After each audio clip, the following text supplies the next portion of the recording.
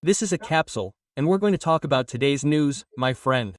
Look, the US government sent a letter to Brazilian banks.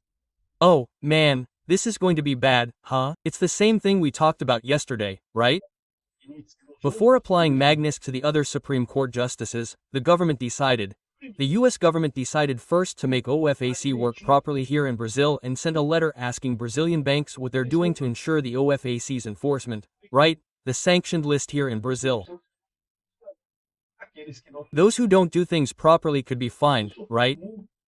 And it seems the first one should already receive a secondary sanction.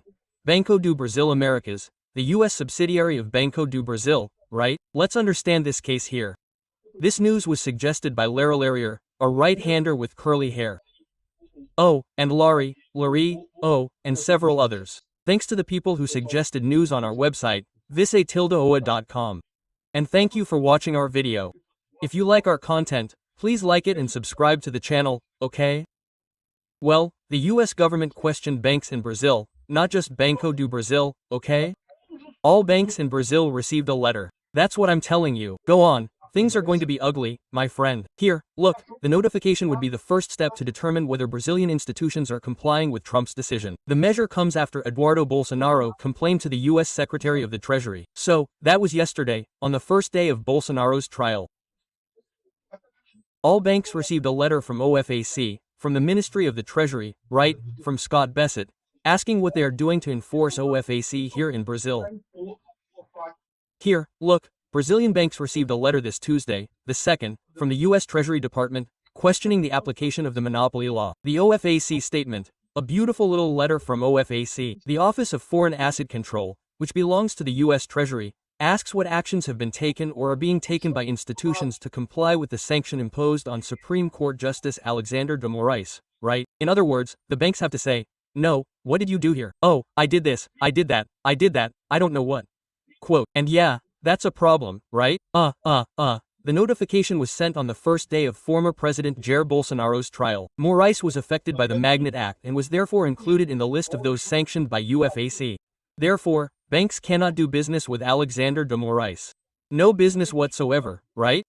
We've already said that the Banco do Brasil case in the United States is even more serious. Here it is. According to Doctors for Freedom, directly from an informant, Banco do Brasil Americas, the branch of Banco do Brasil in the United States, should receive its first secondary sanction for non-compliance with the Magnitsky law in the next few hours, right? Because remember, the Banco do Brasil case is more serious. Banco do Brasil, a report came out here in Brazil saying they offered the Elo card to Alexandre de Moraes. And remember, they can't offer Elo cards. The Elo card is also prohibited according to OFAC rules, right? So, the fact that Banco do Brasil is still treating Alexandre de Moraes as a customer indicates that it could already receive a secondary sanction, as could Banco do Brasil Americas, which is the branch of Banco do Brasil in the United States. I don't know any Brazilians who still have money at Banco do Brasil, my friend, remember? Remember those people saying, no, it's going to be fake news, that you don't take the money out, leave it at Banco do Brasil, it won't cause problems. These Bolsonaro supporters keep saying things. Look what's happening here.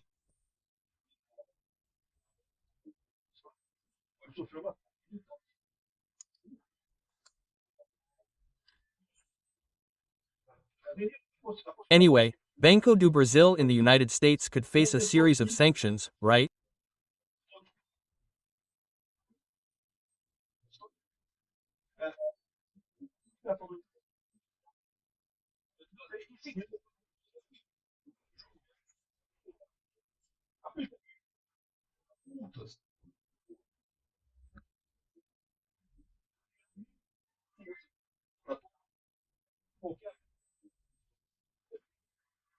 Here, they say, look, he could simply be banned from serving in government in the United States.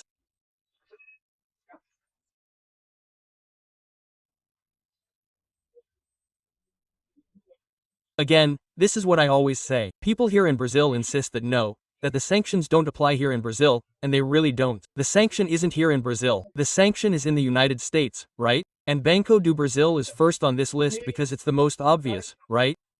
There's the Elo card issue and all that, it's the most obvious thing. The other banks are all going the same way in the end, right? This has the potential to cause a federal mess here in the entire Brazilian banking market, the entire institution. Why? Because Brazilian banks will certainly be forced to close Alexandre de Moraes accounts here in Brazil.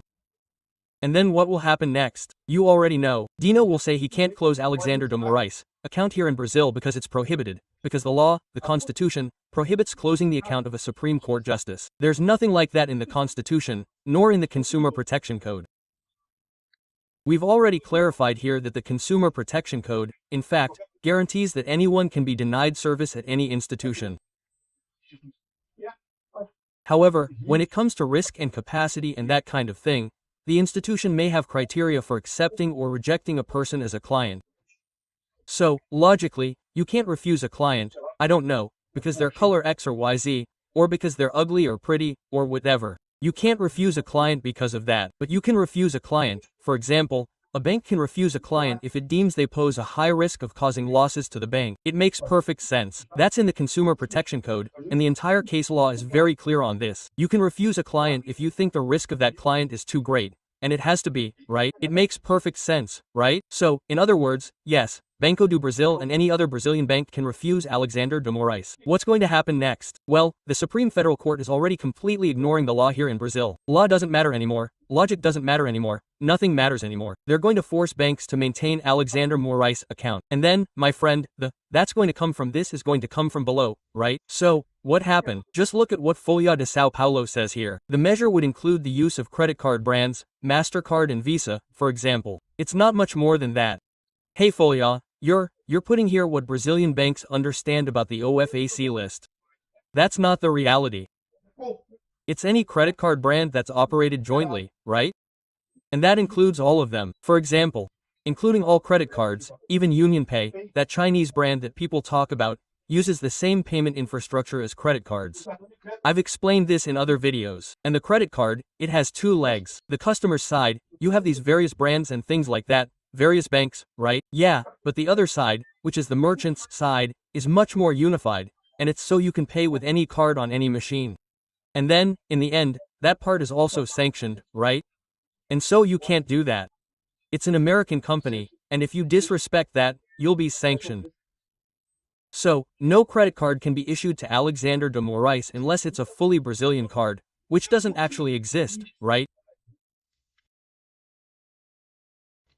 So, yeah, that's the situation, and checking accounts too. Oh, but the United States can't force Brazil to close Alexandre de Moraes checking account at a bank like, say, Itaú, for example. Yeah, they can't, but they can turn to Itaú and say, look, if you have an Alexandre de Moraes account, we won't accept you here in the United States. And that's Itaú's problem. That's any bank's problem, right? That's Banco do Brasil's problem. Banco do Brasil, the easiest bank to sanction than any other bank under the Magnet Law, would immediately cut off that person's account because the bank survives without an account holder. No matter how important an account holder is, no matter how wealthy an account holder is, banks can survive with account holders, but they can't survive with the American market. Well, a lot of the money for loans and such, the capital that's generated here in Brazil, is taken from the American market, right? The American market is much larger than the Brazilian one. The American financial market is much larger than the Brazilian one. So, if a bank here in Brazil is prevented from operating in the United States, the bank is screwed, the bank goes bankrupt.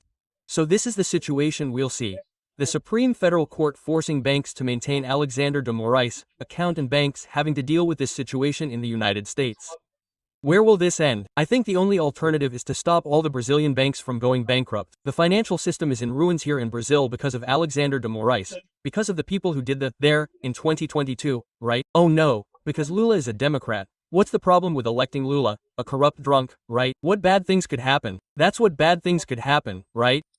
The Planalto Palace itself predicts that Trump's reaction after Bolsonaro's trial for plotting a coup is inevitable. I would say it's inevitable if Bolsonaro is actually convicted. We don't know if he'll be convicted, right? As I told you 2 months ago, I would say there's a 100% chance he'll be convicted.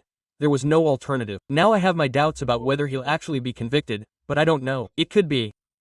And if he is convicted, other sanctions will certainly follow.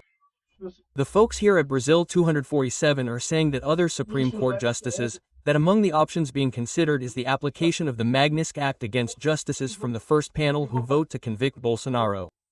This will certainly happen, but it won't be immediate, okay? Well, as Paulo Figueiredo said yesterday, we talked about it in a video yesterday, he made it clear that the Magnitsky Act process is a complex process, a process that takes a considerable amount of time, so this shouldn't be automatic, contrary to what we imagine. Okay, everyone here is rooting for a Magnitsky vote, but according to Paulo Figueiredo, it won't be that way. The first focus will be ensuring that the Magnitsky Act is actually applied against Alexandre de Moraes, especially since this becomes a very important deterrent for the other justices, right? Knowing what's possible, what awaits them very soon, if they can continue with that, right?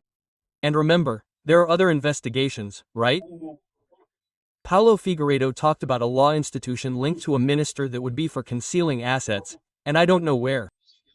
And I mentioned in a video here that I imagine it's Gilmar Mendes, right, that he has the Public Law Institute there or the Double Penetration Institute. I don't know where, but it might not be. It could be Alexandre de Moraes. Maybe they've identified that Alexandre de Moraes has something there in the United States, some assets there. I don't doubt it. As I tell you, everyone who's a little better off here in Brazil, the first thing they do is put money in the United States, right? People are idiots. It's not just in Brazil, no, in China too. Most of the big names in China, they all own property in the United States, buy things, keep money there, because, man, everyone knows China is incredibly unstable. It doesn't cost much for that business to go bankrupt tomorrow. Here in Brazil, it's the same thing. In the United States, you have a little more stability, right? So people get used to it. I don't doubt at all that Alexandre Moraes has properties there. He's just hiding in his wife's office or in these institutions, right?